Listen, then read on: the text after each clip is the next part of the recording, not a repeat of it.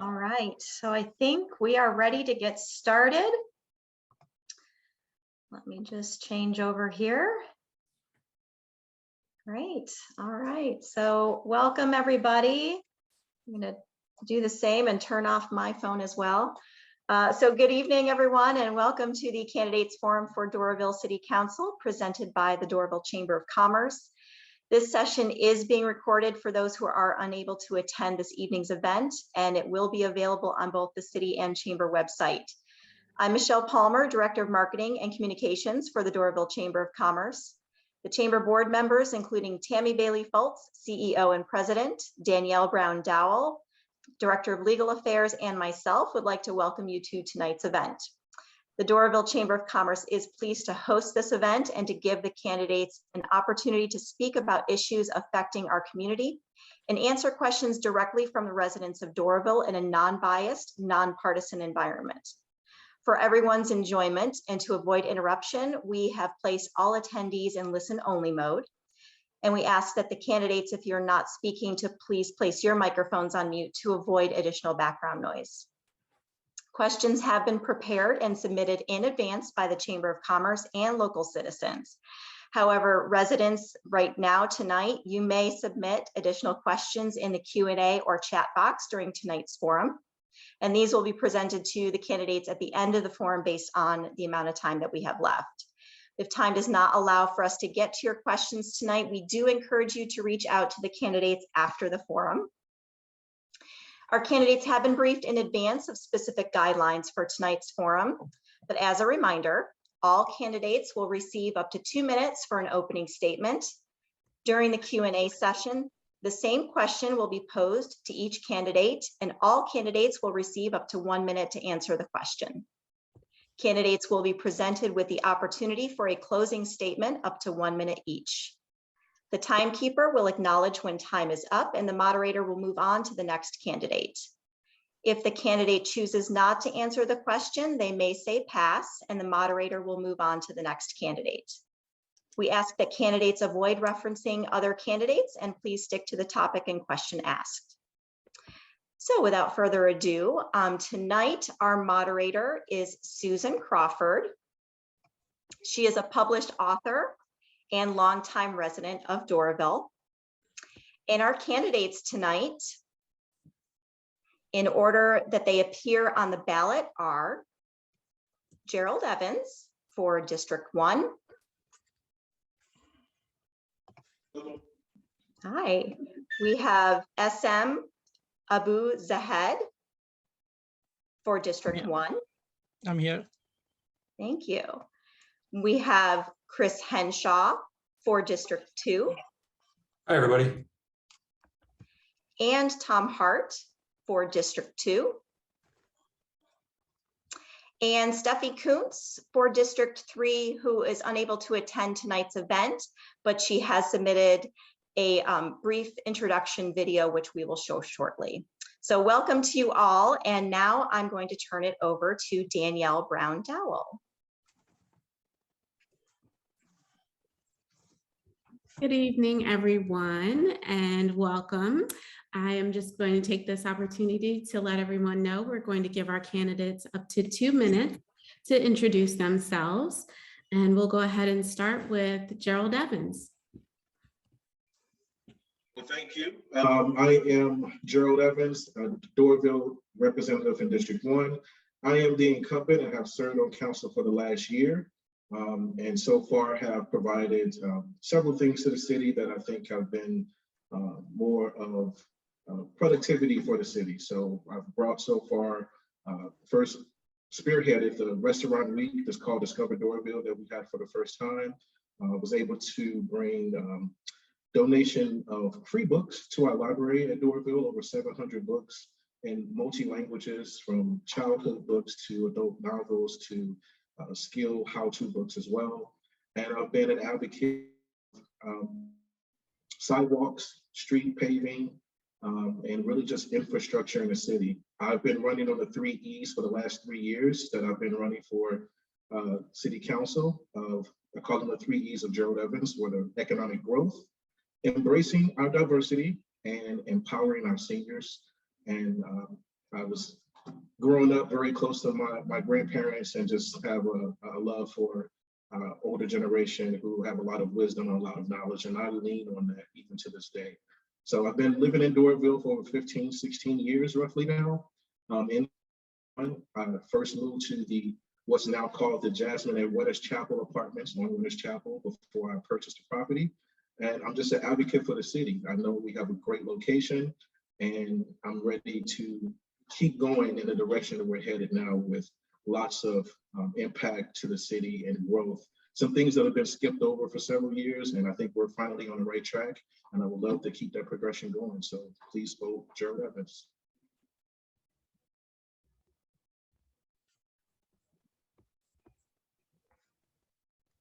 Thank you, Gerald.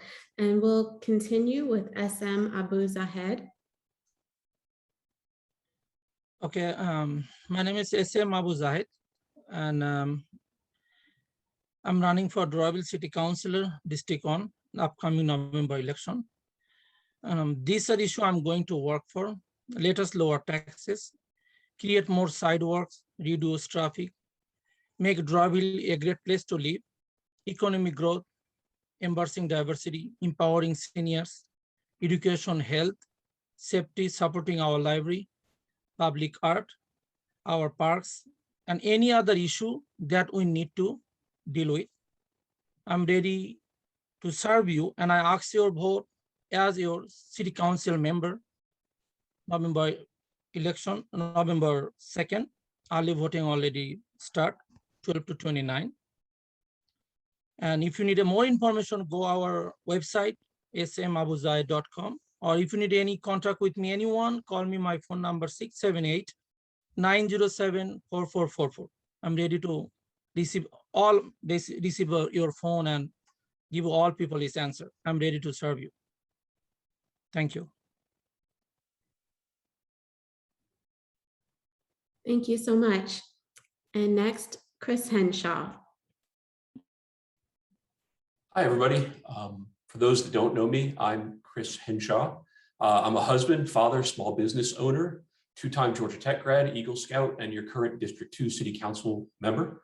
I've lived in Doraville for the past 10 years, and my family and I are currently building our forever home here in Northwoods. And this year, I'm running with the endorsement of Georgia Equality. During the past 2 years as your council member, I've helped shape the city in a myriad of ways. I've helped appoint a new city manager who has used his experience to install a new, educated, and hardworking staff. I voted to pave roads, build sidewalks, renegotiate our old city contracts, and direct your tax dollars into various city projects. In the past 2 years, I've helped improve our parks, rework our zoning, and to be more appealing to outside investors, head up the 150th anniversary commission, and be part of any number of other decisions that have brought Doraville to the attention of investors around the world. Our police and court systems are running more efficiently and fairly than ever before. I helped close our expensive and wasteful jail, redirecting your tax dollars back into city projects. And I've helped oversee and guide the city in the nearly $750 million in new investments, which are currently underway here in Doraville. Projects like the film studios at Assembly, Lotus Grove, which is the old Kmart building, the new apartments at Tilly Mill, and the impending redevelopment of Doraville's downtown are all projects that myself and the current council have helped come to fruition. In the next year, I will continue to work to raise the homestead exemption to help lower the tax burden on homeowners in the city. I'd like to continue using tax dollars to pave roads, improve our sidewalks and parks. I'd like to see the various studies currently underway come to fruition. I'd like to continue to serve the city, utilizing my 20 years of architectural experience to help guide and shape it. I'd like to see it continue to grow in the right direction, being a wonderful and diverse place to live and work. I hope that I've earned your vote in my past 2 years of office. Thank you, and I really appreciate you guys taking the time out of your day to watch this important forum. Thanks. I'm Chris Henshaw.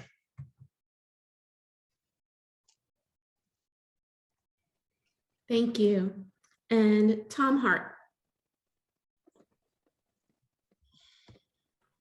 I have to unmute myself. Good evening. I'd like to thank the Chamber of Commerce and the residents that take time off for the Braves game tonight to watch the future city council people. I'm a long-term resident, lived here for over 25 years, and I love my neighborhood. I have great neighbors, they will do anything for you. I like the location. I like the quiet neighborhood. And I like the fact that, you know, it's a quiet neighborhood where the people care about each other.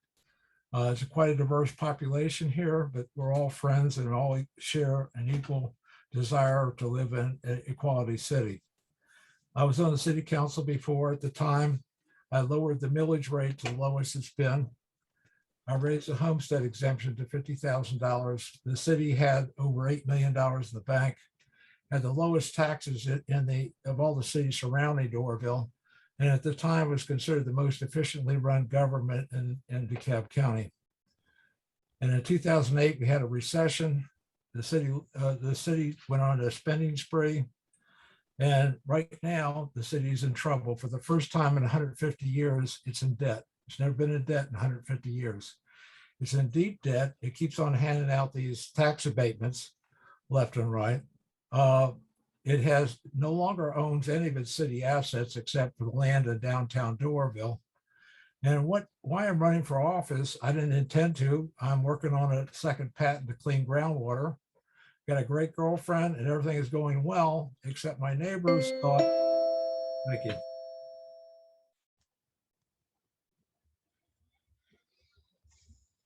Thank you so much. And now we do actually have a video prepared by Steffi Kuntz, and we'll play that here in a moment. Good evening, everyone. Sorry I can't be here live tonight.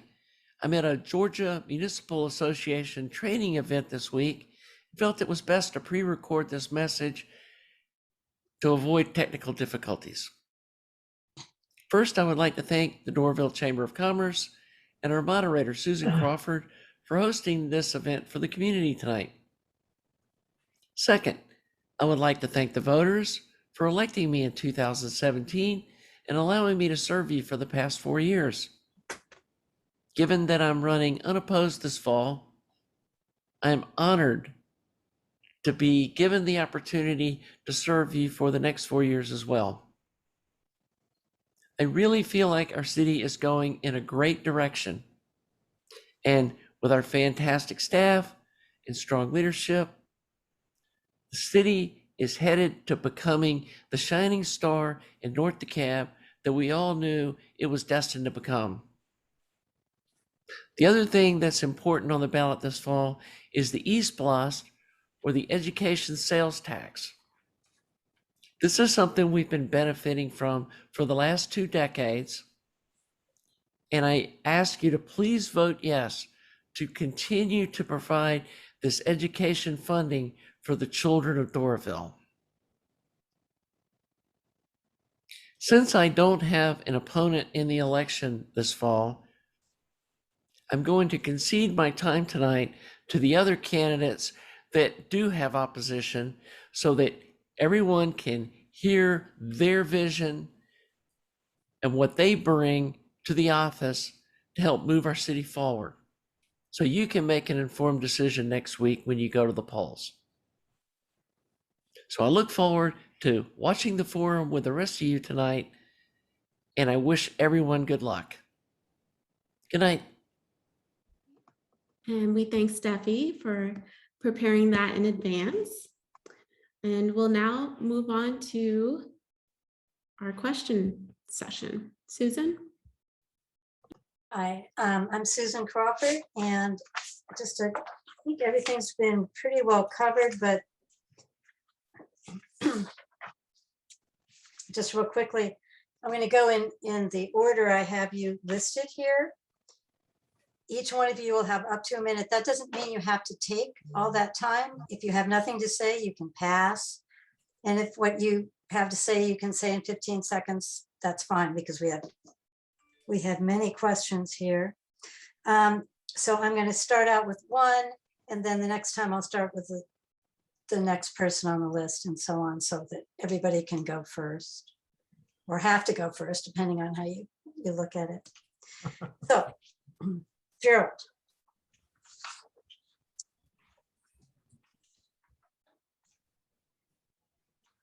What are your top 2 or 3 priorities if you're to be elected or re-elected?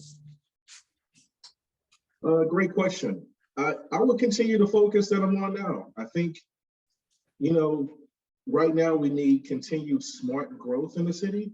So we definitely want to see increase in, housing, for example, but we also still need to protect our zoning, our neighborhoods, and certain things that need to be designated commercial or T6, which is like mixed use, make sure that they're in the right areas and the infrastructure to get to and from those places is, wisely placed. So that's my focus, to continue doing that and make sure Doraville is more walkable, more integrated, and that we have more places to get to on foot than having to get in cars, as well as bringing new businesses to the city. So, on that note, while I still have a second, congratulations to the Chamber of Commerce for formulating. That was actually on my to-do list. Thank you, Gerald. SM, would you like to take the same question, please? Or would you like me to repeat it? Repeat it, it's fine. Okay. What are your top 2 or 3 priorities if you're elected? Empowering seniors, economic growth, and improving our diversity. And this is my 3 I'm trying to do first, and then go support our library, parks, that kind of issue. Okay, thank you. Chris? Here we go. So some of my priorities are to continue working on the various intercity projects that we have going, which help our borders tie into various other cities, whether it's along Chambly or unincorporated Cab or Gwinnett. We're helping to improve safety along a lot of these corridors, and that's really important for pedestrians. I'd like to continue helping guide the kind of major growth that we're having right now with all the redevelopments. The staff is really busy, and it's really wonderful to see all this growth, and I'd like to continue working with that. And that's about it. Thank you, Chris. Tom? My top 3, I really have a top 20, but I'll give you the top 3 try. Lower taxes. We need to lower taxes by 25% without giving away any further tax abatements. City of Chambly didn't have to do it. We don't have to do it. Protect R1 neighborhoods. The true treasure, the crown jewel of the city of Doraville is heavily wooded private neighborhoods. That's our peace and quiet. That's our joy. That's our treasure. The third thing, I would like to build a quality town center without giving away any city properties. We can build a first-class town center to attract not only the citizens and the shoppers of Doraville, but the surrounding areas. Thank you. Thank you. Okay, I'm going to read I'm going to read each question and not repeat it unless you ask me to, but if you want me to repeat it, feel free to say so. So the second question, and the first answer will be SM. What are your core values? What are the values that will drive your decisions in office if you are elected? So what is it about you that's your passion that will make you make your decisions when you're in office? I already told make a great place to live in city of Doraville, and that's what I'm trying to work for. This is my. Okay, but what is it about you? What is it about you? What is it about SM that makes you want to do these things? I'm trying to work for like all people live is a great place to live in city of Doraville. That's what I'm trying to work for. Okay, thank you. Chris, same question. This is a great question. Can you hear me okay? Yes. Okay, this is a great question. If you go to my website, which is chrisfordorville.com, I actually have 6 of them outlined already. I'll try to get through them really fast. Equality and equity should be at the forefront of all decision making.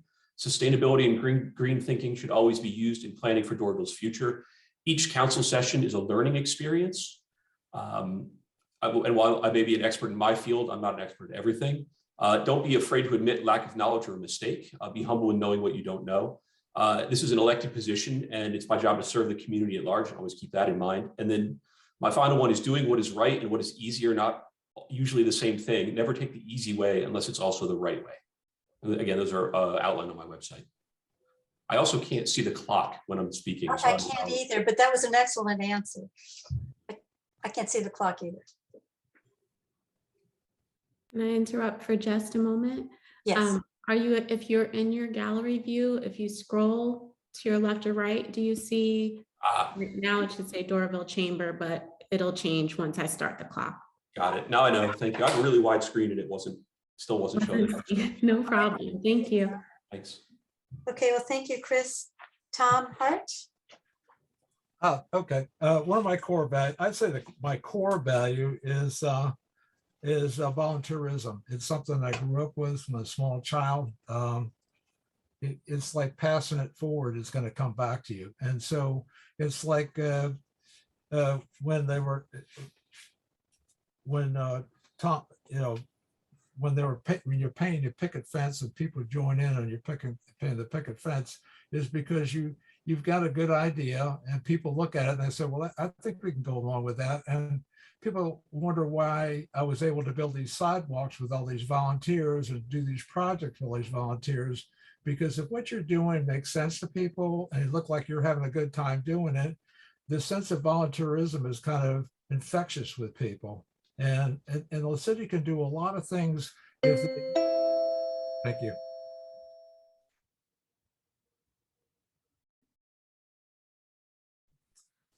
Okay, thank you.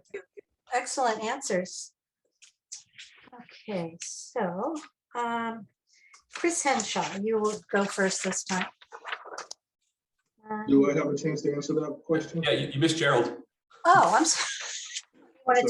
Sorry, Gerald. No worries. Well, what I was actually going to touch on, let me touch right into that. I think one of my main qualities is that I listen.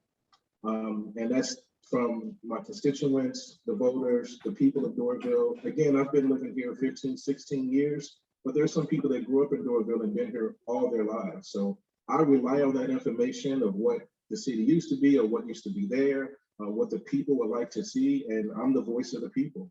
So my job is to listen to them, get their feedback, developers, our neighboring cities, and then come up with the policies that's going to overall be best for the city. Thank you, Gerald.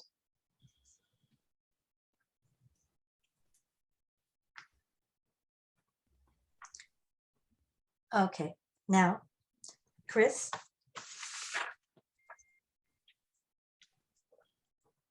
In light of COVID-19, what are your plans to help our city recover from the public health and economic damage caused by the pandemic? That's a tough question. Well, let me find the timer here. That's a tough question, or a difficult question. I want to start off by saying that I'm very proud of the COVID response that our city had. We, as a council, came up with guidelines that were so well respected in the community that the GMA helped use them as guidelines for other cities. So I'm very proud with our city's response so far. Really, the best thing we can do is skillfully direct the incoming money that the federal government is giving to cities, whether that's through we're partnering with other volunteer organizations, or working to create programs in our own city to help rebuild businesses, help rebuild homes, help pay off missed home loans or rent payments, sort of grassroots organizations to help kids rebuild their education from the time they missed out of school. So yeah, these funds that are coming in have to be carefully directed. And that's, I hope for the next years, that's the direction that the council really focuses on. Thank you. If I can just insert something here, when you hear that dun dun, it doesn't mean you have to stop immediately. It means you have 10 more seconds, just for the record. Okay. Tom, same question? Okay, I think that local government's response to COVID, they dictated you had to use masks, but they didn't provide any masks in these mandates. And I think, thank God, we were trying to outlaw, the city of Doraville was trying to outlaw drive-in banks and drive-in restaurants. And that's the only thing that kept the population fed and go to the bank service is being able to use those drive-ins. So this is one of those problems that Doraville's always had. They come up with these unique ideas, but when they never think about what the outcomes might be. And so the city of Doraville with the COVID, the best thing it can do is connectivity in the city, to provide connections to its own shopping center, to its own core business location, to be able to communicate with the business owners that they can have an outside restaurant or they can put an outside drive-through, communicate with them, communicate with that, you know, how this virus actually works and how they can use that information to protect themselves. You know, a lot of false information out there on both sides of the aisle. Need to stop politicizing this and be real with people and give them real information. Thank you. Thank you. Gerald? I'm sorry, can you repeat the question? Was it just COVID-19 in general or funds? Okay. In light of COVID-19, what are your plans to help our city recover from the public health and economic damage caused by the pandemic? Right. So one of the things I would say is that it's just incremental stages. You know, we've had the wave of COVID where it came in and then it seemed to be dissipating and we kind of reopened up and then another wave came. So just listening to the CDC, abiding by those, you know, having events, but maybe in small numbers or on different days, so different smaller groups of people can come out. That way it's more, there's safety constraints. And I'll use the restaurant week, for example. It was going to be on a larger scale where we had planned to have a shuttle bus and have people on the bus and navigate them up and down Buford Highway. But in light of COVID, it wasn't wise to do that. But hopefully next year there's something we can do. But just pulling back on some things, more outdoor events versus indoor, and again, limiting the number of people and listening to the CDC guidelines. Thank you. SM? First, city need a more volunteer, like volunteer. I see this, if I say right now, maybe a lot of people say, I don't see by COVID-19, city do anything, because a lot of people have a lot of problem, but city don't do anything. But when is the COVID-19, I'm still home, city don't knock my door even. That's why city need a lot of things. City need a lot of things because CDC guideline, of course, everyone follow the CDC guideline, need a volunteer, need a money, but then a lot of people lose the business. Even I've talked to my business, a lot of people lose the business even, but city don't do anything.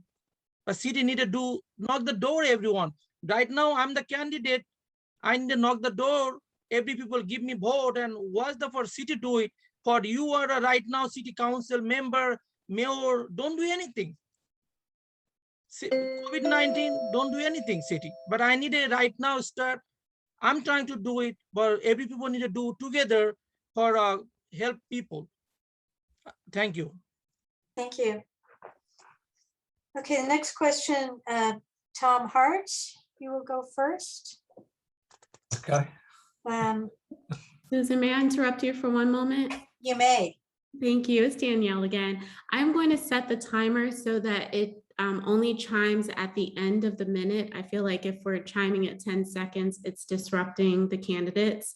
So again, just so everyone's on the same page, it will still be 1 minute, but when you hear the chime, your time is up. Will Okay. it still blink red at 10 seconds left? It's going to blink at 20 seconds. It'll change color. Okay. Okay, but the sound, the da-dum. The sound means the time Yeah. is up. It's not going to interrupt your flow until your time has expired. That's I'm a looking good for- idea. Whatever. Okay, Tom, what are your plans for Doraville taxes and millage rates? Sorry. I think I talked about that before. Right now, the millage rate in Doraville is the highest in northern DeKalb County. An interesting fact is Doraville takes in 2.25 times as much cash per person in this city as all the rich cities around us. And the reason for that is it's almost 80% commercial. It has a tank farm. We get a piece of the action on every gallon of gas sold. And we have all these rental houses that don't have any deductions. So an expensive house is paying the same cash as a big house in Dunwoody. So what I need to do is we need to lower the mill rate to 7.5. The homestead exemption should be a minimum 50,000, and we should be looking at 75,000 because of drastic change in the value of the homes due to the inflation. I raised it to 50,000. The city council lowered it to 25,000. It needs to go back to 50 and possibly 75,000. We need to protect single family home ownership in the city. Thank you. Thank you. Gerald? So on council, we had a budget review, and I actually voted to reduce the millage rate, not to 7.5%, but just slightly. But you have to watch the budget because the Doraville is very small. And we only have roughly 11,000 residents and 4 square miles. And we lost a huge economic boost when we lost the General Motors plant, and we haven't replaced it. Yes, we have the tank farms, but the General Motors plant was millions of dollars per year, and they've been closed for over a decade. So we need to increase more house types, more affordable housing, more residents, and more commercial spaces within the city, and that could reduce the taxes overall in the millage rate for people if we have more people in the city. It's going to create more density, but it's also going to create the growth we're looking for and make the city more walkable. Thank you. SM? I'm Do you go want with Tom. Which one Tom says this is okay? I'm go with Tom. Okay. Chris? I am currently working on raising the homestead exemption. It does need to be addressed, and we're looking at a couple of different mechanisms to change that, whether it's a flat rate or a mill rate exemption. Once the current investments, the $750 million approximate investments that are in the city, once those begin to pay off, those businesses will then greatly tip the tax balance in favor of businesses over residents. And at that time, we can really look at lowering the mill rate, maybe down even further than 7%. But it would be very difficult to lower the mill rate currently without quickly bankrupting the city. Unfortunately, expenses are quite, running a city is a very expensive thing to do. I wouldn't appreciate it if my competitor would not laugh during my few minutes or few seconds that I have. That's not particularly nice. So yeah, I'm certainly prepared to lower the mill rate once the investments in our city have paid off, and it wouldn't permanently harm us. Thank you. And I'm sorry, but I didn't hear anything, but that is inappropriate. Whoever was laughing.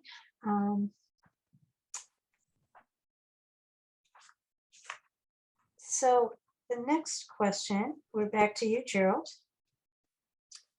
Do you plan on protecting our existing R1 neighborhoods? And if so, how? Great question. Maybe I'm a little biased. So I'm a small business owner and I'm a realtor. I've been practicing real estate for over 10 years in the Atlanta area. So I have a heart for residential areas and creating new housing. And I think Doraville's in a key space right now to have unique type of housing. And just so everyone knows, we have a new community called Carver Hill, is built by Century Properties. And they just recently sold the model home for over $700,000, which I believe is one of the highest prices Doraville has ever had. So it's definitely a conversation of housing that we need to address within the city. I mean, neighborhoods like Northwoods are now selling, the homes there for $500,000 or so. So we definitely have to address R1 zoning, protecting it, expanding it, and having different styles of it within Doraville. Thank you. SM? Do you plan on protecting our existing R1 neighborhoods? And if so, how? First, need a diversity together, like every people need to work together. Like which one say, more people need for include our city, then it's okay. Then that's how it will work.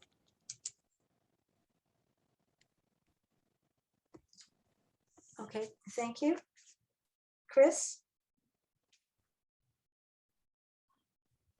Thanks for this question. As I said earlier, my family and I are building our forever home here in Northwoods. We never thought we were going to be moving, but I lived in Northwoods for 10 years and jogged by a home and fell in love with it. So here we are making our second forever home here, I guess. That just goes to say that I really love the neighborhoods that we have here. They actually remind me a lot of where I grew up in northern New Jersey, which most people don't think has a tree anywhere in it, but it does. So, while on city council, we've certainly had a lot of discussions about how to improve safety in our R1 neighborhoods via parking rules, sidewalks, currently having a new sidewalk built at Chestnut to improve connectivity there, installing RFID crossing signs to help improve pedestrian safety for kids going to and from our schools. So yeah, we're actively working to preserve our R1 neighborhoods while at the same time allowing for new types of developments such as mixed-use multifamily and townhomes throughout our cities to be built as buffers to our great neighborhoods. Thanks. Thank you, Chris. Tom?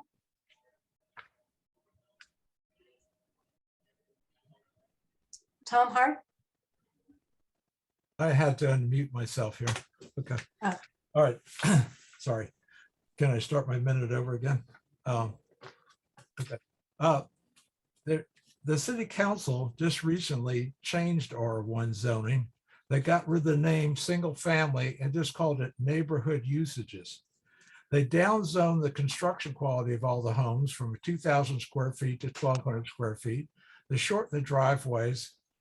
They allowed 3 large accessory structures for businesses in the backyard and reduce the setbacks.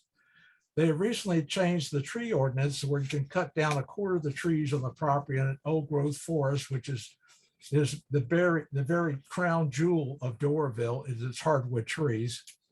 They have basically, if they allowed daycare centers now by right in the neighborhoods. They have done everything they could possibly do in the last 3 sessions of the city council to destroy current zoning in the city. Thank you. Thank you.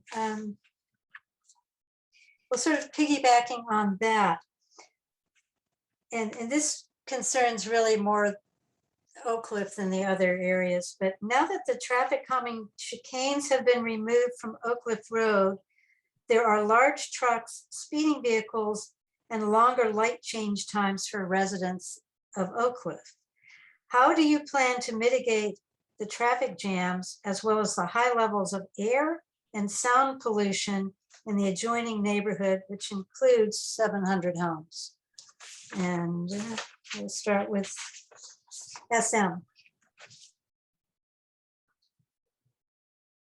Okay, when I'm going to every door to door, a lot of people make a complaint about this one. It's like one of the lady asked me for close to school, say I need street bump, like needed for street something, and city need a most important need for sidewalk. When I go door to door, every people ask me for make a sidewalk and a street bump. It's most important. City need to do this one. I think city have a long time, don't do anything. A city need to do it, but it's most important right now. When a school bus coming, like kids like go different way, but need a street, you need a city need to for side work. Most important, ma'am. Thank you.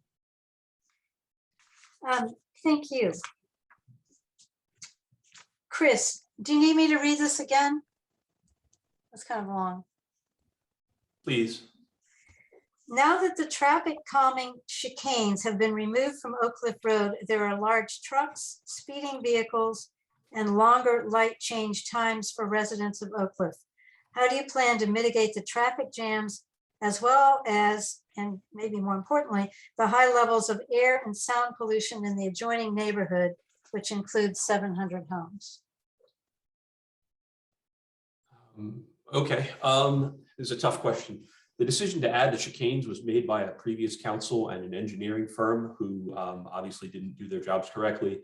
The chicanes wound up causing a lot of issues. If I keep being interrupted, I'm going to be pretty upset. Please mute yourself, Tom. It wound up causing a lot of issues, including vehicle damage and accidents. It was decided with the overwhelming input of the neighbors to remove the chicanes.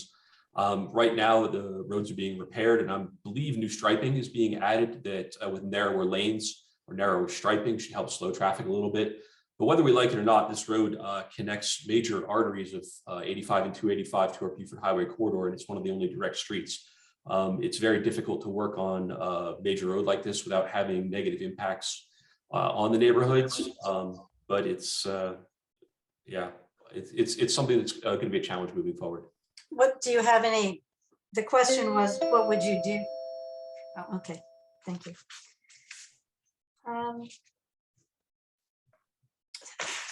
Who's next? Tom Hart. Do you need me to read the question again? No, I got it. The Oak Cliff Road. The question was more, what would you do if you're elected or reelected? What would you do to? Sure. I would go with the original plan for GDOT that was set up for this road many years ago. The city of Doraville put it off. They didn't want to do it. GDOT was going to pay for it. We've blown probably $2 million with all the chicane, putting it in to take it back out. The original plan was to berm up each side of the road with a 500-foot tree buffer on each side that would isolate the neighborhoods from the sound, heavily wooded trees on both sides, put a traffic light at Upper Pin Oak and a traffic light at Upper Pin Oak to connect the two neighborhoods together, and of course sidewalks. But that plan has always been had a political problem in Doraville. I would go back with the GDOT plan to berm up each side, to purchase houses facing the street, to isolate the neighborhoods from the pollution and the noise, and connect it. That's a major connector between Peachtree Industrial and 85 two large commercial areas. So let's fix the problem for the neighborhood and add value to the neighborhood. Thank you. Thank you. Gerald? Yeah, thank you. So this was a great question. And I think repaving Oak Cliff was one of the steps to bettering the street. And yes, it is a major thoroughfare from 85 to get through the Buford Highway.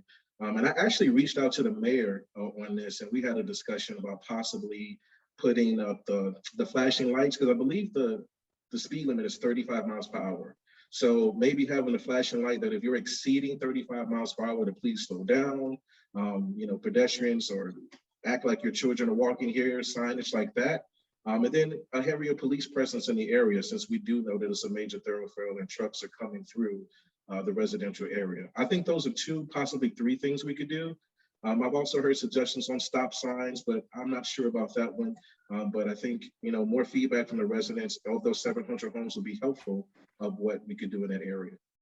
You'll certainly get feedback from me. Okay. Thank you. Okay, did I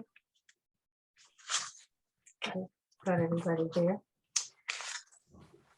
Next question. What do you propose to support the business community and or economic development?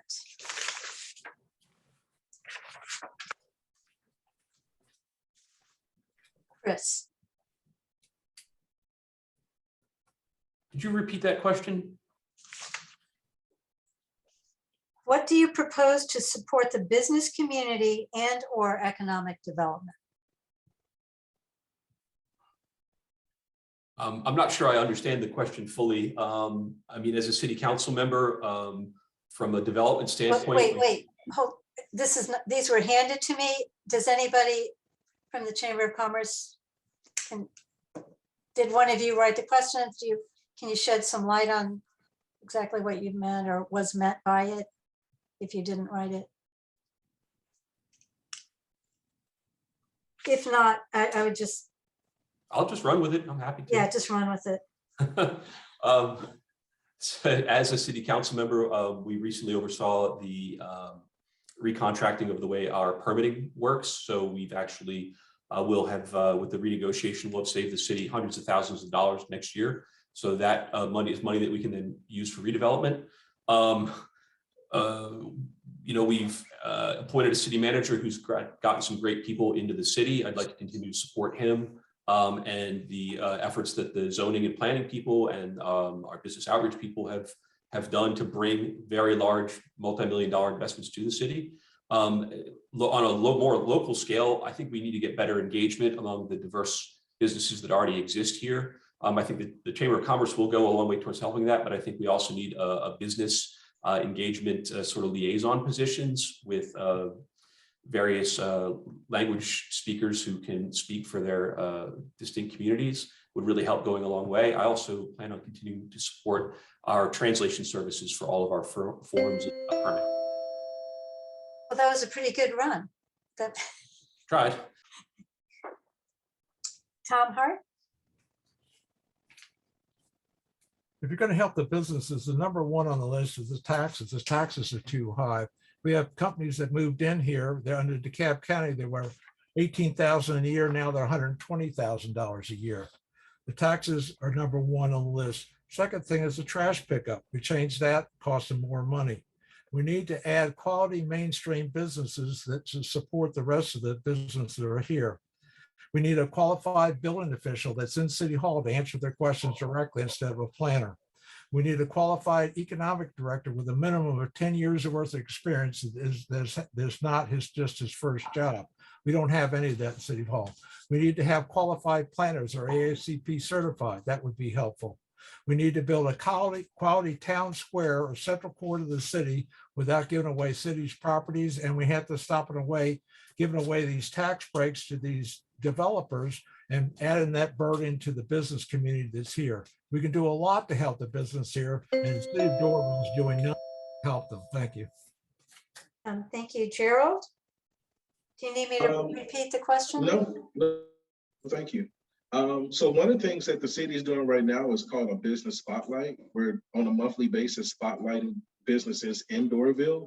And our economic director is actually reaching out to businesses, going and having an interview with them and taking photos with them. And I've actually, during the restaurant week, went door to door up and down Buford Highway and other corridors of Doraville with a community liaison to talk to business owners about joining up for to participating more within Doraville and the city limits. And instead of just calling them or emailing them, we got on the street and the pavement and walked to their restaurants, walked to their businesses, introduced ourselves, and I was able to pick up a few key words like ni hao and some other words. But you know, it's things like that when you're reaching out to the business owners, because not everyone speaks the same language, not everyone has the same culture. So you have to go to them, and that's one thing that I've been an advocate for. Perfect. Thank you. SM? Thank you. When I'm go to for business door to door, every people have a complaint about for City Hall. I don't know why. Say high, like high taxes. Everyone say high taxes. It's not my word. You can go and check it. But every people say it's high taxes, and already Tom says you know, trash.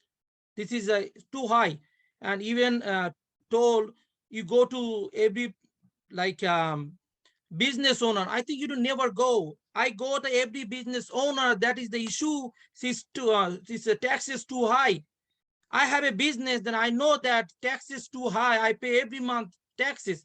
And you say, oh, I go to door to door, like a business owner. You never go to business owner. When you go to business owner, then you know what's the problem for business owner. You go, you have Chamber of Commerce. If you don't believe it, go to door for business owner. Lot of problem. This problem, lot of problems. City don't do anything. But city need to work together, need to build the, build. Tom say everything is right. Go to business owner, then you feel. When you have your own business, I have your own business that I know Okay. what kind of feel. Thank That's why I you. need a city need to go every people. I like, think we have door found to your door. passionate cause. No, Thank you. I'm not saying this one because a lot of people make a complaint that one. Okay, thank Very, you. very passionate. The next question is sort of hand in hand, maybe. If you received a $2 million grant to use for the city, what would you do with it and why? Tom? Well, the first thing that I would do is, $2 million, you can build a whole town.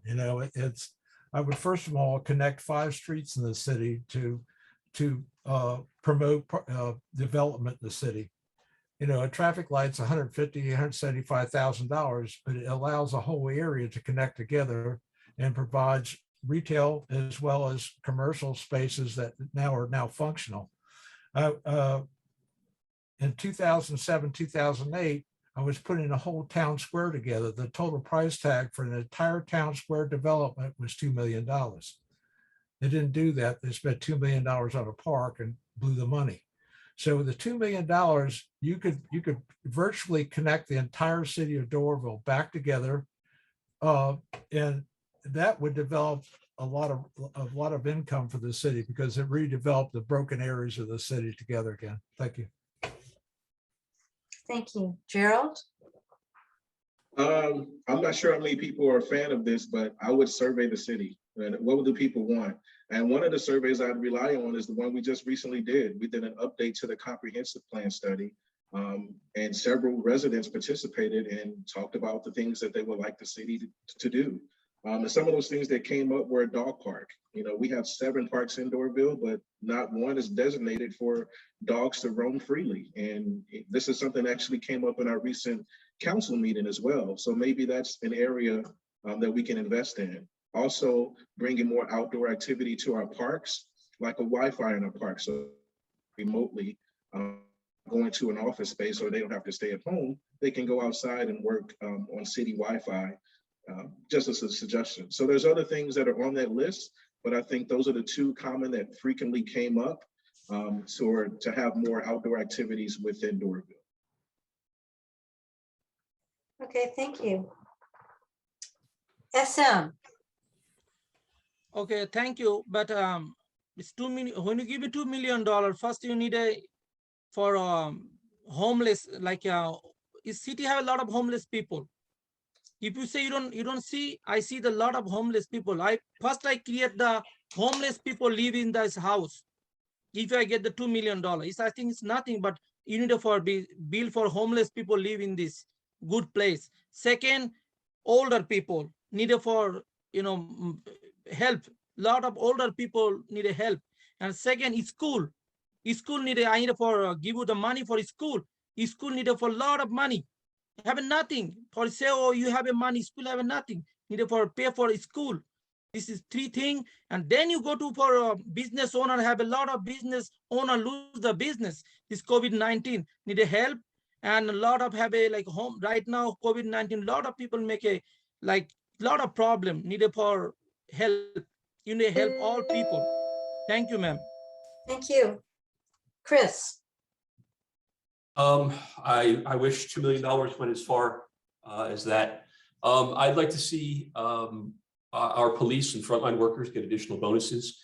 Our police are, I believe, a little bit underpaid as compared with our neighboring cities. Not that we aren't trying our best, but again, we have a limited budget. So some of that money would go a long way towards helping pay our frontline workers for all the important work they did, including our police and public works.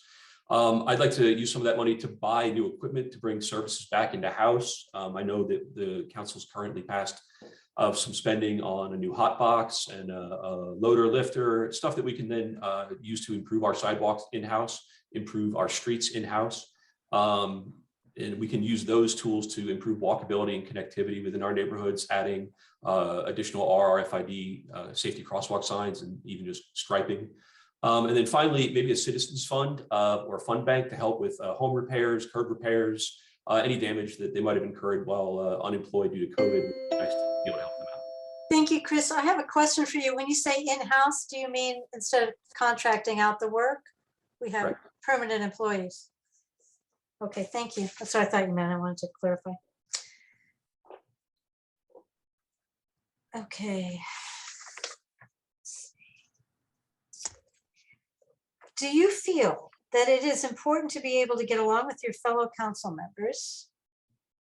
Not that you need to agree all the time, but that you have a trusting relationship with each of them and can rely on them. And we'll start with Gerald. Yes, to answer the question bluntly, I think you definitely have to have a working relationship with your fellow council persons. And not only them, but within the surrounding cities. You know, we are surrounded by Dunwoody, Chamblee, Tucker, and we're on a major thoroughfare of 285 and 85. So there's a lot of things that intertwine between those cities. And we need to also have a relationship with those council members to coordinate certain projects as well. So I think it's very important, and I agree, we do not always agree. One of the biggest ticket items we did not agree on council this year was the budget and what to do with the funds. So we have various opinions, but I believe this current council is respectful enough of each opinions and can work together. Different opinions are good. Thank you. SM, what do you think? Yeah, Do you I'm feel agree with everyone need to work together, because you say every people work together, but none of the work together, only say. But you need a talk and do it. So you say, oh, every people do work together, you don't do it, and behind do something, I don't like it. That's why need a city councilor work together. Even this city, when I'm running for Doraville City Councilor, you know, I have some picture I can show you. Say, mayor, you know, this is the candidate, all of the candidate, you know, mayor post like something for I like this, I like that candidate, I like that candidate. Then why you make a for a voting system? You understand what I'm saying? You can, I have a proof, mayor and another one. When you make it this one, city hall make it, but mayor post something, say I like that candidate, that candidate. This means what? I don't know. You understand what I'm saying? This means not to work together. This is work personal under the table. Thank you, ma'am, and God bless you. Well, thank you. Yes, I do. Does anybody need clarification? Okay. Chris?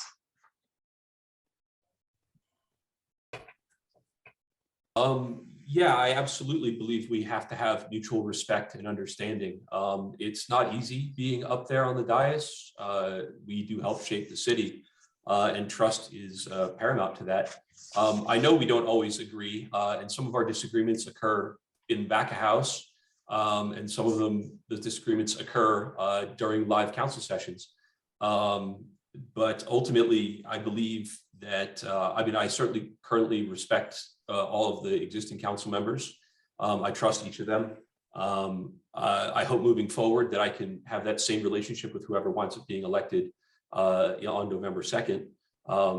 Being able to call one another and ask hard questions about decisions that are really going to truly affect the city is not something that's I take lightly or that should be taken lightly. And if there is no trust there, if we don't believe in our council members' expertise, it makes a very difficult relationship. Thank you.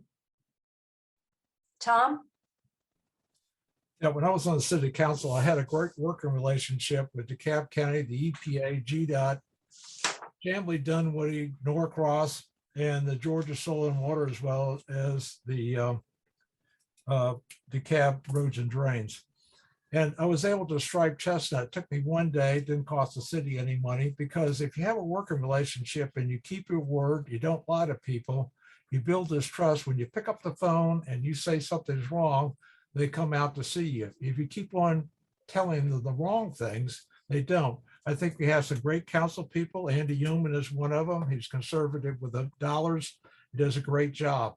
I think if I'm elected, the people in my neighborhood, one reason why they want me to be on the city council, I will shake things up. The neighbors will know how much money the city has, where the money's going, and what their plans are. So people can call City Hall or pick up the phone and call their council person to get an answer. That's not being done right now. And I think I have a great work relationship with my neighborhood. Thank you.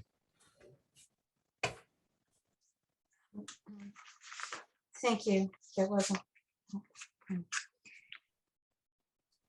Okay, let's see. Oh, here's a good one. Will you respond to residents' emails and messages in a timely manner? And let's see who started last time. Is it SM's turn to go first? Yes. Okay, it's fine. What's the question? I'm sorry. Will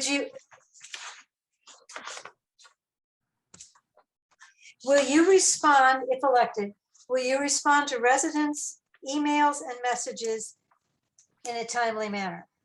Yeah, I'm received all the time. I need to know because one thing, when I go to door, every neighbor have a complaint. When you have a coming election, every people come and knock the door to door. That's why my phone is all the time open, and you come to meet with my office 24/7, like not 24/7, and they need to work together. I'm not an email. You call me my phone, and you call any other city councilor. Most of them go to voice message because it's like Google. This is not for my Google phone. This is my cell phone. Any like people can call, and I receive the phone, and I need a conversation. But sitting like that's why I'm needed that one. Okay, this is if you were elected, not while you're campaigning. No, if I elected, any people can call anytime. Okay. I'm gonna work together. Okay, thank you. Thank you, ma'am. Thank you. Chris, Yeah, I'll keep this short. I do my best to respond to emails and messages within a day. This is a full-time job with part-time pay. There are some weeks where we are exceptionally busy and it's hard to return messages immediately, but citizen input is why we are council members. We serve at the pleasure of the electorate, and having that input from city people is really important. More often than not, I'm stopped while walking along the street and wind up in deep conversations about what's going on in the city. So we live in a place where I think there's really great engagement, and cell phones and email is just one way for that to happen. And so, yeah, I will certainly continue to do my best to do that.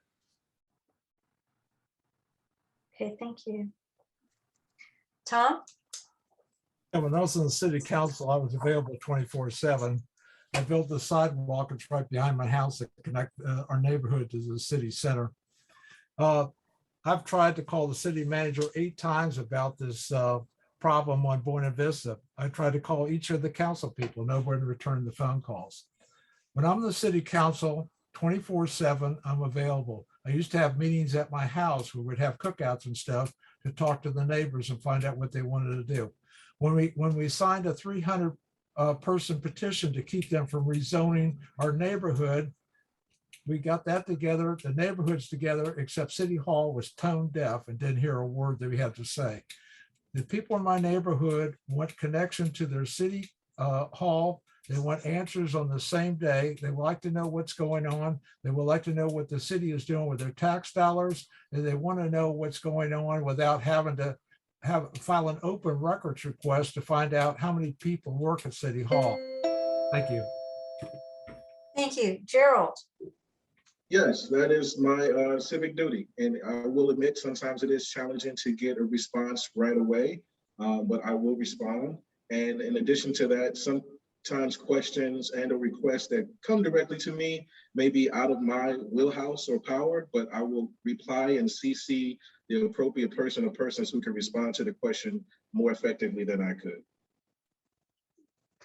Yeah. Thank you. Okay. This next one. If you could bring one major new business to Doraville, what would it be and why? Chris?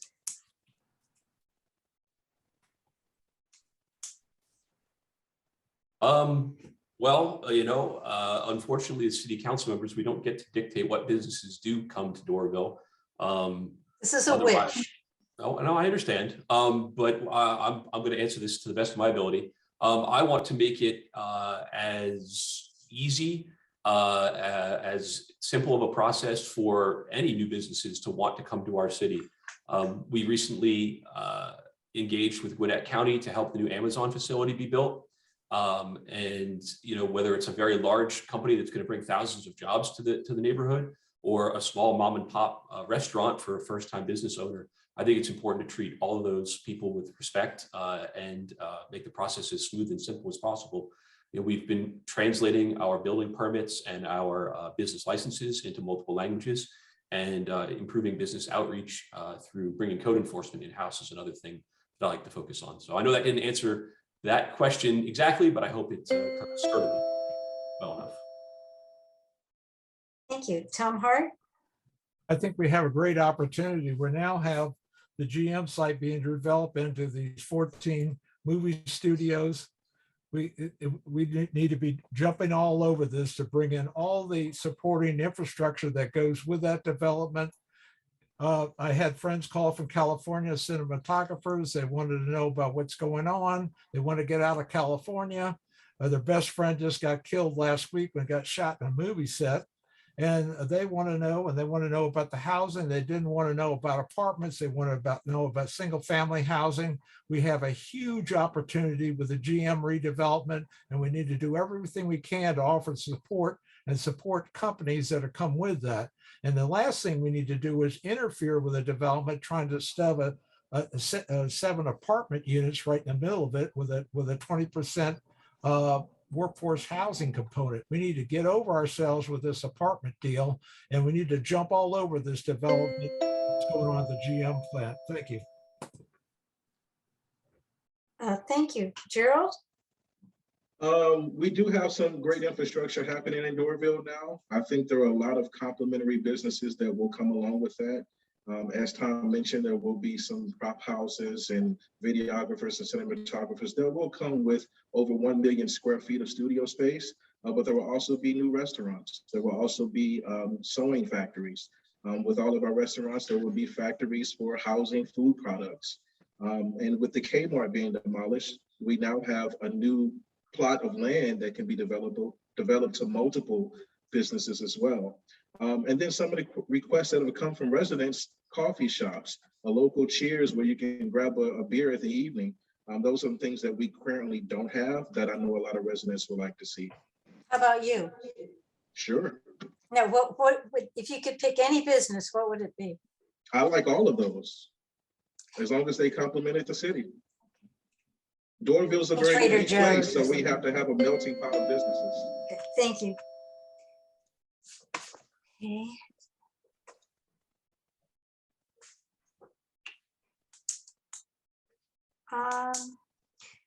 What are your views on the needs of children in our community, and what specific steps would you take to address these needs? SM? I'm sorry, what? What are your views on the needs of children in our community, and what specific steps would you take to address these needs? But all children need for like family help. Like it's COVID-19, have a lot of problem going on, but city need a help for all of the family, for children go to school, and school need to like do for proper job, and need to build our children for go to school, and city need for was that thing, and that's it. Okay, thank you. Chris? Just repeat the question again, please. What are your views on the needs of children in our community, and what specific steps would you take to address these needs? Well, as somebody with a 4-year-old in this city, I think about this a lot. Improving pedestrian safety on our streets. It's something that we've done through some of our parking regulations. Obviously, I'd like to see, improved sidewalks and connectivity there, specifically getting to and from schools, which is something that we're doing along Chestnut due to an initiative that I brought forward, and something that the city brought forward for the new Doraville United Schools. I'd also like to continue to improve our parks and recreational facilities. We've seen a lot of, we've had a bunch of parties there this year celebrating them. We've seen a lot of improvements. In fact, we're building a brand new playground equipment through a Kaboom grant in Autumn Park in a week. So I'm gonna give that a shout out. And then I'd also like to see some sort of citizens educational committee be formed by the council that could kind of help provide a voice for the dozens of different languages of the parents that are at the schools to help advocate for better schools in our city. Thank you. Tom? Susan, I'm sorry, may I interrupt for just a moment? Yes. SM did not answer the last question regarding the businesses, I'm sorry. What was the ideal that? businesses to bring to the area. We want to give SM the opportunity to answer that question, please. I'm so Okay, sorry.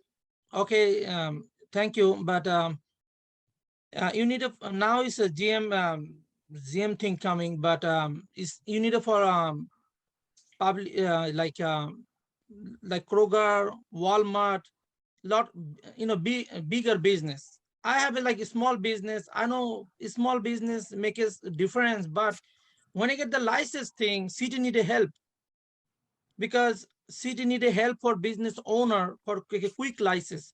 You can bring for Walmart or you can bring for Publix. City can talk, bring the Publix here, and Kroger is already. I think the Amazon is open, is ready to do it, but city need a for Walmart, Publix, or Kroger for my community, and a local business owner need easy to get the license for not for like a harassment, like, oh, you say you help you, but it's not a help you, but you can go help you for all business owner for easy to get the license. Okay, thank you. And I'm so sorry I skipped you. Now I'm all bollocked up. And where are we? We were answering about the children. Did everybody answer that question? Or Gerald, you didn't, did you? We started with Chris Henshaw, I believe. We started with SM on that question. Right, so Gerald, the question about the, do you feel, do Okay. you remember the question about the children? Do you think I that? believe so. So Okay. there's several programs that are offered through our Parks and Rec department. There's been after school programming. I think that's enhancing that would be great for our children as well. And structured programs as well within our schools. Some of the after school programs this summer were we had several pool parties at our swimming pool at Flowers Park. There was a basketball program that was open gym to our students and to the public as well. There's an art committee that's been formulated, and Public Works was recently remodeled, and a lot of children actually painted the art that's now hanging up in the building there, and from Doraville United and other schools. So sports, I think, is important as well to stay active, and it teaches teamwork, which is what we need to enhance in our city. And then we have our Doraville Police that are hosting a trunk or treat for Halloween coming up here, so that kids can actually go out safely and get candy in a safe environment. So I think more community involvement with our kids, and with the parents as well, is important in the city. Thank you. And perfectly timed. Tom? Okay. The biggest advantage of surrounding cities like Chamblee and Dunwoody have on Doraville is the school system. Chamblee is blessed with probably the best set of schools outside of East Cobb in the whole metro area. The city of Doraville, on the other hand, except for the northern end of the city, is in terrible condition when it comes to school. It could be something as simple as sidewalks, having curb cuts where kids can ride their bicycles and baby carriages to put ADA ramps in, to a flashing crosswalk on Chestnut during school hours like they used to have here to slow down the traffic. We also need those mainstream stores, okay, where the kids can, and the families can go to a chocolate factory or something like that, or Kroger. We don't even have a pharmacy to service the families. So it's a bit of everything. It's a gestalt of things. And we need to do everything humanly possible to improve, to have a city high school here, and have high schools and elementary schools here that are the best in the county, not the worst in the county. That's the thing that's really Thank you, thank you. propagating in the Tom. city. Thank you. Okay, do you think our downtown area is healthy and successful? If not, what are your plans to change that?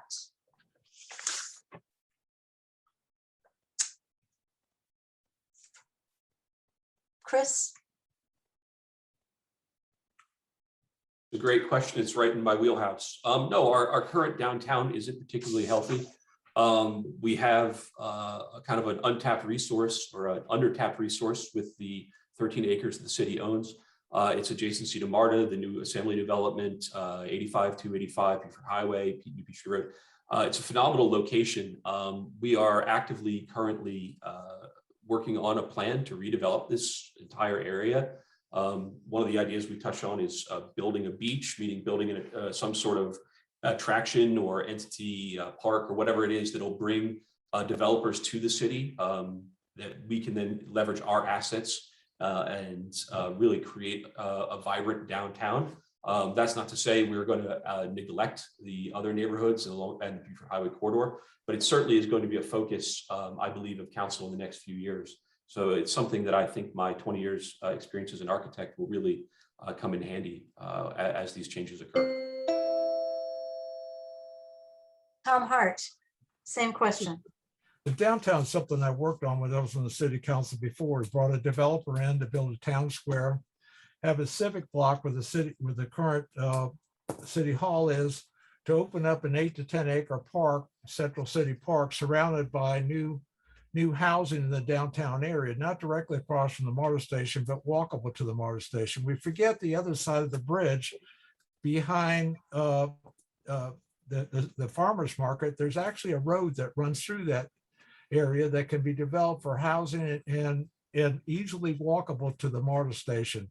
The MARTA station is a double-edged sword. It causes problems, but it also provides access. And what we need to do is not ever give away the city property. We've had 5 planners come to the city and said the last thing you do is to give away your city properties. That's the only way you can control the development in the downtown area. It's the last thing we own. The city has given away every asset and every savings account we've had. Now they're working a way to give away the last piece of land that we own. I am against it, and we can build a quality. Thank you. Thank you. Gerald. So one of the things I've helped work on council since I've been there so far is redeveloping New Peachtree Road. So right now, as we speak, the New Peachtree Road is being added with new crosswalks, new streetscapes, right in front of MARTA, right across the street from downtown Doraville. So this can be used as a catalyst because the city doesn't have a lot of money, but we've spent money smartly to say, let's start here to encourage developers to come to this area because this is the area we want to develop next. We have assembly going, we have something happening at Kmart that's now been torn down, but now we want to focus the city on downtown Doraville. So we've spent the money to bring in that area. There's several vacant buildings in that area. So we have to allow new businesses to come in and clean up those businesses, as well as making sure that the businesses that are there are in compliance, and then shopping and having conversations with the developers that will bring in the infrastructure that we need to make the development that we want to see in Doraville. SM? It's a downtown. It's not a healthy because when you go to Buckhead downtown or any other downtown location, it look like different. Even you go to Norcross downtown and Brookhaven downtown, this totally different. But downtown means I need to go with my family for making something.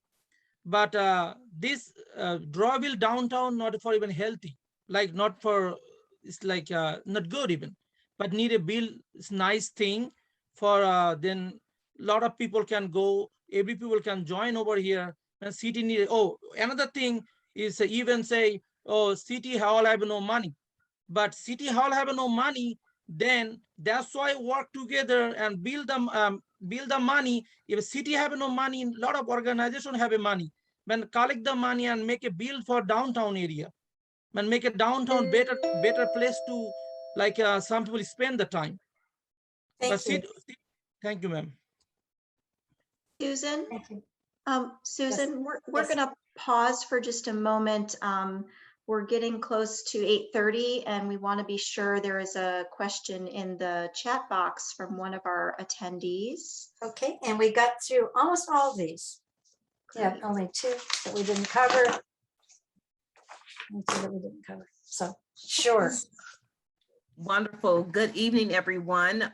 We do have one question that is pending right at the moment. And the question is regarding, although our schools are DeKalb County, is the Doraville City Council bringing pressure on the school board to bring a high school to the area? Our kids currently go to school in other cities. So that is a question posed by the audience. And if we will then start with Chris Henshaw. Tom is next. Oh, I'm sorry. Yeah, Tom, you want to go? You're up first. We'll give Chris time to think about it.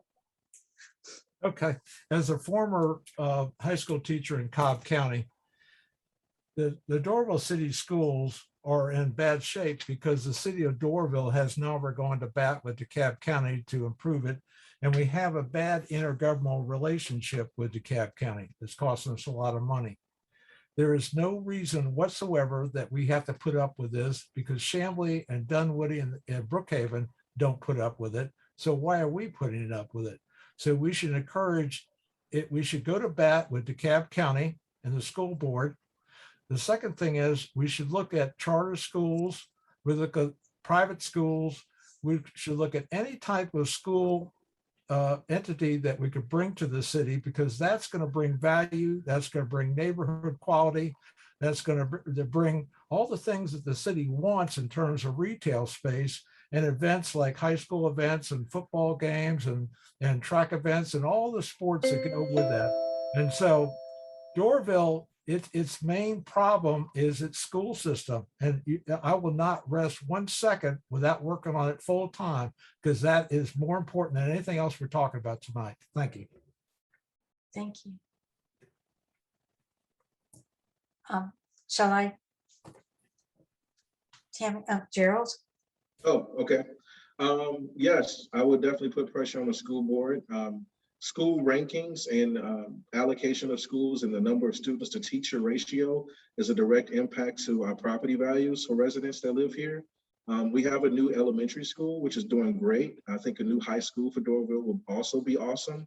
But we also have to talk about the infrastructure and where that would be located and what, if anything, would be removed to make way for it. But I think putting pressure on the school board to not only, we need to talk about our rankings as well. We don't have the best rankings with our current schools, and to increase that is also a focus I would like to focus on. Thank you. SM? I'm agree with Tom, but it's still needed for it's a high school for city of Doraville. I'm agree with Tom. I'm go with Tom. Okay.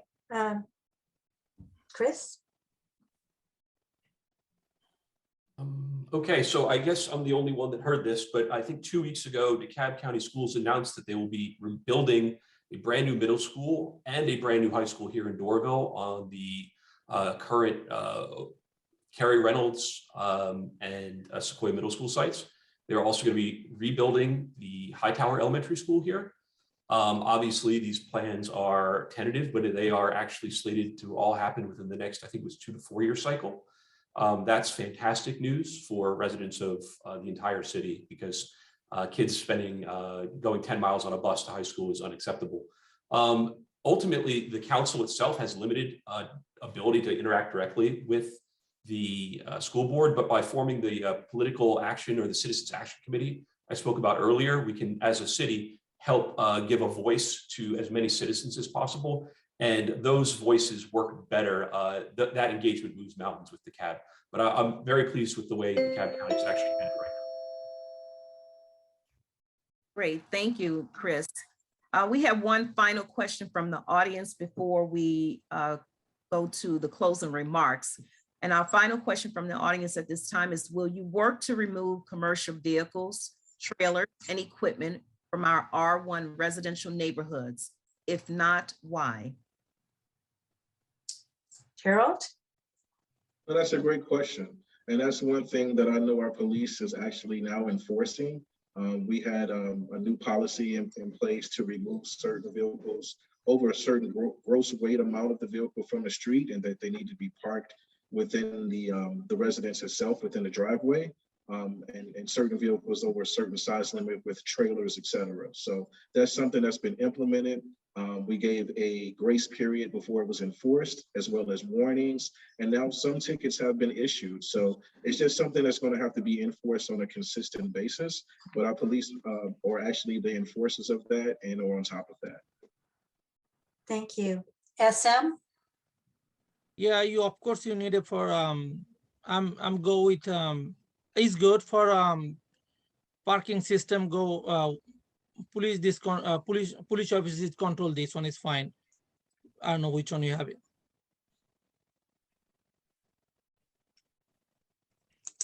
Chris? Yeah, I think that this has been a very difficult thing that the current council tackled. And I think that the rules are starting to bring compliance in line. I think that a better understanding of the rules for the citizens with outreach in multiple languages, which again, that's something I've kind of touched on a lot, would go a long way. I also believe that bringing code enforcement back in-house, which is something that we're looking at doing, would also help. It gives us a little better control on how enforcement works for code compliance related things in our R1 neighborhoods. Obviously, to me, safety is the number one issue. So for me, the previous rule that we just enacted was all about getting the large vehicles off the streets. And I hope that the police enforce that as directed to them by their chief. And that if the policy does need to be tweaked in the near future, I'd be certainly willing to revisit it, even though it is difficult and contentious, as everyone here knows. So that's it. Thanks. Thank you. Tom Hart? It's important to get that. Now, the city just recently redid the accessory structure laws in the city. They shortened the driveways and took away parking spaces, which are going to force even more of these vehicles out in the street. And we need to review all the streets in the city, like Oakmont, where there shouldn't be any parking at all. There hasn't been no parking at all. There's no signs there, and you can hardly get down the street. So some of the streets that are narrow need to be looked at for just no parking period on the street. And we need to go back and restrict the number of these home occupations that use the outbuildings on the properties that only add to the problems we have with multifamilies living on a piece of property. You know, you could end up with 3 tiny houses in the backyard. You got a house that's cut in half as a duplex, and then you've got 20 cars trying to park in the driveway and all over the place. And that is a major problem in the city. It's caused huge problems in the neighborhood. Thank you, Mr. Hart. I'm going to turn things back over to the Chamber of Commerce. Okay, And I great. just wanted to say thank you so much, everybody. Thank you for allowing me to be the moderator. And for everybody on the panel, you did a great job. Good luck to all of you. Great, thank you very much. Thank you. At this time, we would like to open this up for our candidates. Will have up to 1 minute for closing remarks. We will start with Mr. Evans. Well, thank you for doing this. Thank you, Tammy. Thank you, Chamber of Commerce. Thank you, Susan, for moderating. You know, as the incumbent, I encourage everyone to go back out to vote. Just as a reminder, it's at the Doraville Civic Center. It has been moved to Hall. So parking may be a challenge because there's less parking over there. So don't be discouraged. You still have a chance to early vote through this Friday until 7. The closest place is the Dunwoody Library on Chamblee Dunwoody Road, and they're open again until 7 p.m. I did it this week. It took me less than 10 minutes. But I would love to continue to represent you, get your feedback on everything Doraville. You know, we have a lot more progression to go within the city. Now that the Kmart's down, what's going to happen next there? There's several things at Assembly that still need to be developed. There's new apartments on Tilly Mill. There's new asphalt that still needs to be paved. And there's still new townhomes that are going to be going up on Tilly Mill as well. Go Braves. Thank you so much, Mr. Evans. We really appreciate that. All right, and now, Mr. Zahid, if you have up to 1 minute as well for closing remarks. Thank you for my Doraville resident for this issue I'm going to work for. Say again, let's lower taxes, create more sidewalks, reduce traffic, make Doraville a great place to live, economic growth, embracing diversity, empowering seniors, education, health, safety, supporting our library, public art, our parks, and any other issue we need to deal with. I'm ready to serve you, and I'm asked your vote to your the next city council member. Please vote. Remember, your vote is progresses. Your vote, your change. Please go vote November 2nd for Doraville Civic Center and make a change. Thank you, all of them. Thank you, sir. We appreciate it. All right, and that takes us to Mr. Henshaw. I'd like to thank everyone here on this panel for your work. It's never easy to put this together, even especially at short notice. Voters, if you think the city is currently heading in the right direction and you like the way the direction the city's headed in, please vote for me. I'd like to add that answering complex questions relating to city goals, taxes, redevelopment, sidewalks, etc., is really difficult to do in only 1 minute. So please reach out to me at my city email or at chris.doraville@gmail.com if you have any additional questions. I think that my work for the city isn't done yet. I look forward to 4 more years of service, and it really is that, it's service. Helping Doraville reach its maximum potential is something that I'm entirely way too passionate about. Ask my wife. I know I drive her crazy with how much energy I devote to this. And it's something that has really brought me closer to my neighbors and my city. So once again, please on November 2nd, vote for me. Thanks. Great. Thank you so much, Mr. Henshaw. And Mr. Hart. Yes, I'd like to cut the taxes 25%. I'd like to reduce the city hall staff and bring in qualified, experienced personnel. I would like to open government so every citizen here knows what's going on with all these projects and where their money's going in if people's trying to sell their property off. I would like to stop all these tax giveaways. Chamblee was developed on $8 million. We're over $200 million on these 25-year tax abatements. Chamblee only did 4 years. Start the pork projects that are destroying our city budget, like on Oak Cliff Road, blowing $2 million and not fixing the original problem. On New Peachtree Road, over $2 million thrown away now. That project alone was voted down 4 times. MARTA, GDOT, and every organization told them not to do it, not to apply for it. And this city council thought they were geniuses. Oh, this narrowed the road. There was no traffic study done there. They built a school on there. There's an off-ramp from GDOT going there. And now the buses can't get out of the bus barn. This is the kind of spending that the city does that the city of Doraville takes in more money than the surrounding cities. But the question is, what are they doing with your money? If I'm on the city council, I will let the citizens know what's going on. I will let them know where their money's going, and we will stop all these pork projects and start investing money. We should invest $1 and get $2 back. I'm so sorry to interrupt you. Our timer chime went out, but your time is exceeded. Thank you, Mr. Hart. We appreciate it. Thank you for your closing remarks. At this time, Danielle, I'll turn it over to you. Thank you. Yes, thank you to all of our candidates. We greatly appreciate your participation this evening. Thank you for sharing your vision and your goals and your ideas for the city. We just want to encourage all of our residents, the audience here, to go out and vote. As our candidates have said, you still have an opportunity to early vote through this Friday. And of course, Election Day, November 2nd, that's this coming Tuesday.